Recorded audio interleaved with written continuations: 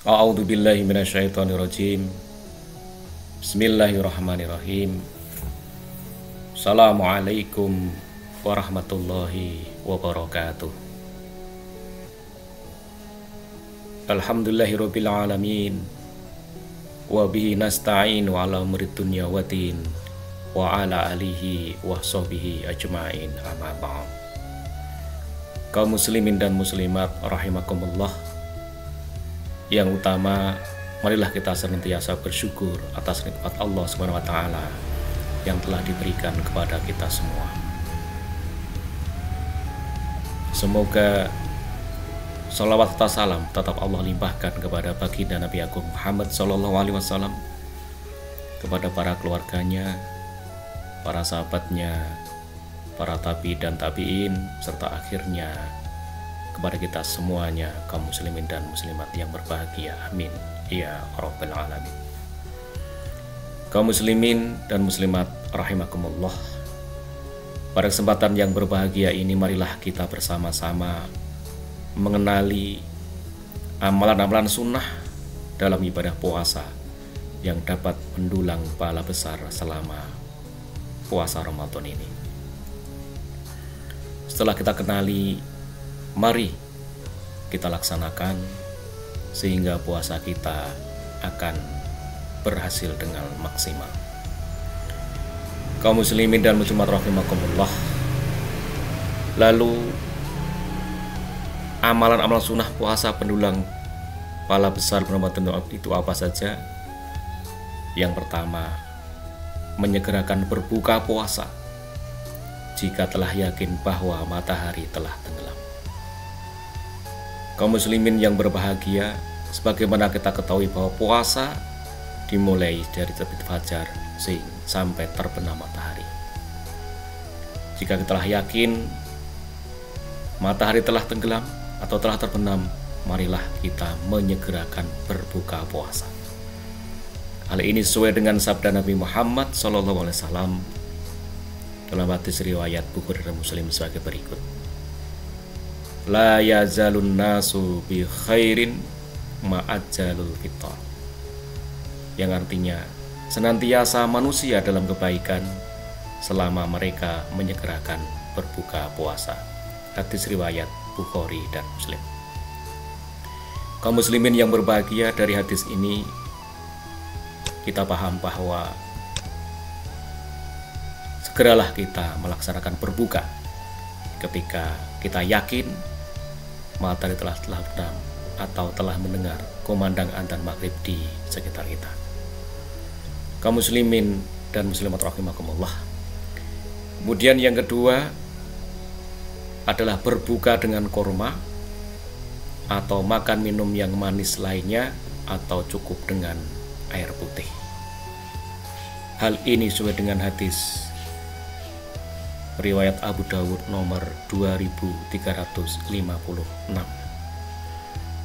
An Anas bin Malikin qala kana Nabiyyu sallallahu alaihi wasallam yuftiru qabla ayyusala ala rutobat fa ilam takun rutobat fatumayyirat fa ilam takun tumayyirat khasawatin mimma'in.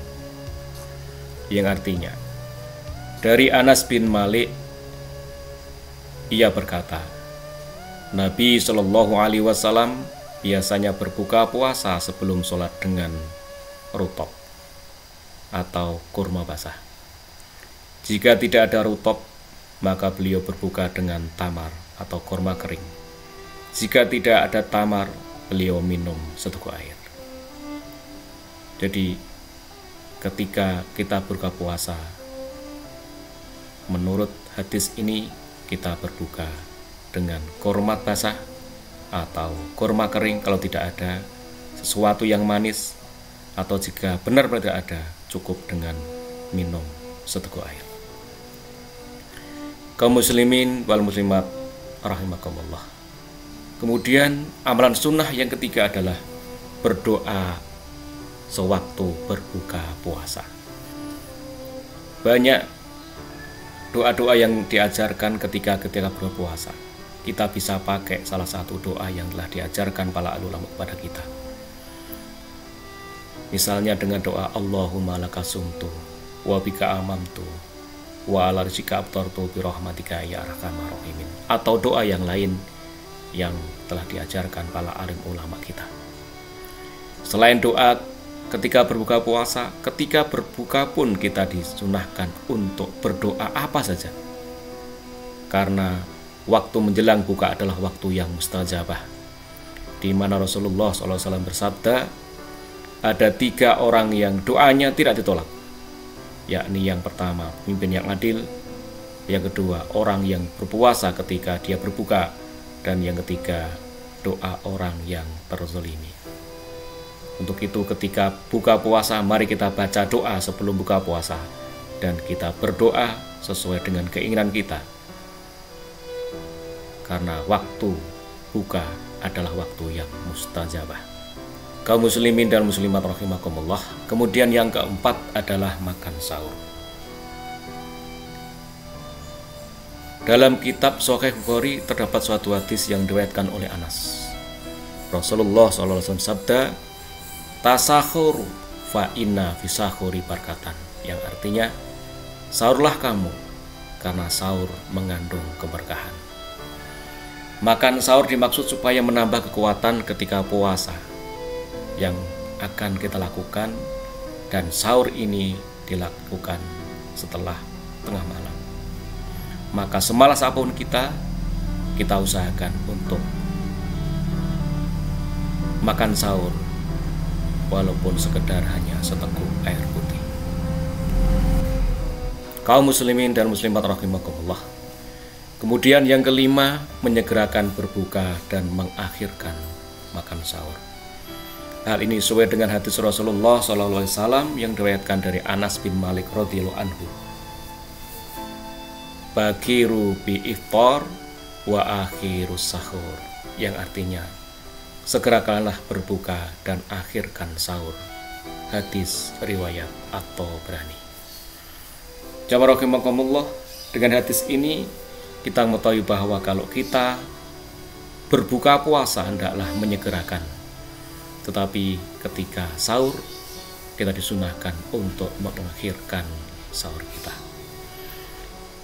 Kaum muslimin rahimakumullah. Kemudian yang keenam, memberi makan untuk berbuka kepada orang yang berpuasa. Hal ini sesuai dengan hadis riwayat At-Tirmizi nomor 807. Man fatara sha'iman kana lahu mithlu ajrihi ghairu annahu la yanqusu min ajri sha'imi syai'a. Siapa memberi makan orang yang berpuasa, maka baginya pahala seperti orang yang berpuasa tersebut, tanpa mengurangi pahala orang yang berpuasa sedikit pun juga. Jadi dengan hadis ini, ketika seorang muslim memberi makan untuk berbuka orang bagi yang berpuasa, maka akan mendapatkan pahala. Untuk itu marilah kita memberikan buka puasa kepada orang puasa manakala ada kesempatan bagi kita. Kaum muslimin rahimakumullah. Kemudian yang ketujuh, kita disunahkan sholat tarawih di malam hari, juga melaksanakan sholat witir setelah sholat tarawih. Hal ini sesuai dengan hadis riwayat At-Tabari, juga Ibnu Hibban dan Ibnu Huzaimah. Dari Jabir bin Abdillah, Rasulullah SAW pernah sholat bersama kami di bulan Ramadan sebanyak 8 rakaat. Lalu beliau witir pada malam berikutnya. Kami pun berkumpul di masjid sambil berharap beliau untuk keluar.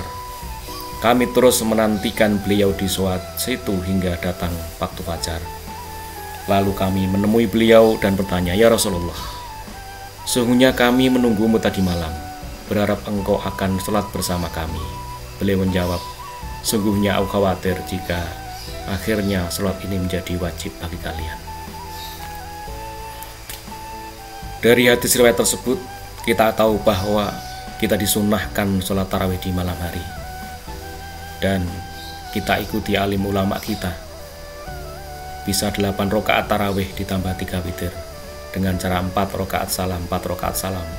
Bisa juga dengan 2 rakaat salam sholat tarawih dan dilanjutkan dengan sholat witir. Yang ke-8 adalah itikaf.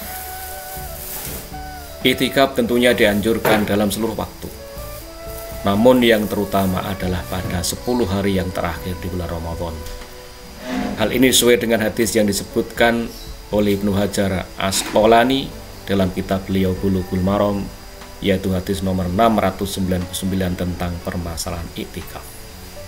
Dari Aisyah radhiyallahu anha, ia berkata bahwasanya Nabi Shallallahu alaihi wasallam biasa beriktikaf di 10 hari terakhir bulan Ramadan hingga beliau diwafatkan oleh Allah Subhanahu wa taala.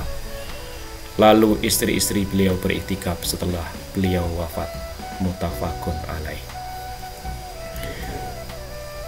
Sesuai hadis tersebut, kita ketahui bahwa kita disunahkan beriktikaf pada 10 hari terakhir bulan Ramadan. Untuk itu marilah kita bersama-sama, manakala ada kesempatan, kita melaksanakan iktikaf pada 10 hari terakhir bulan Ramadan.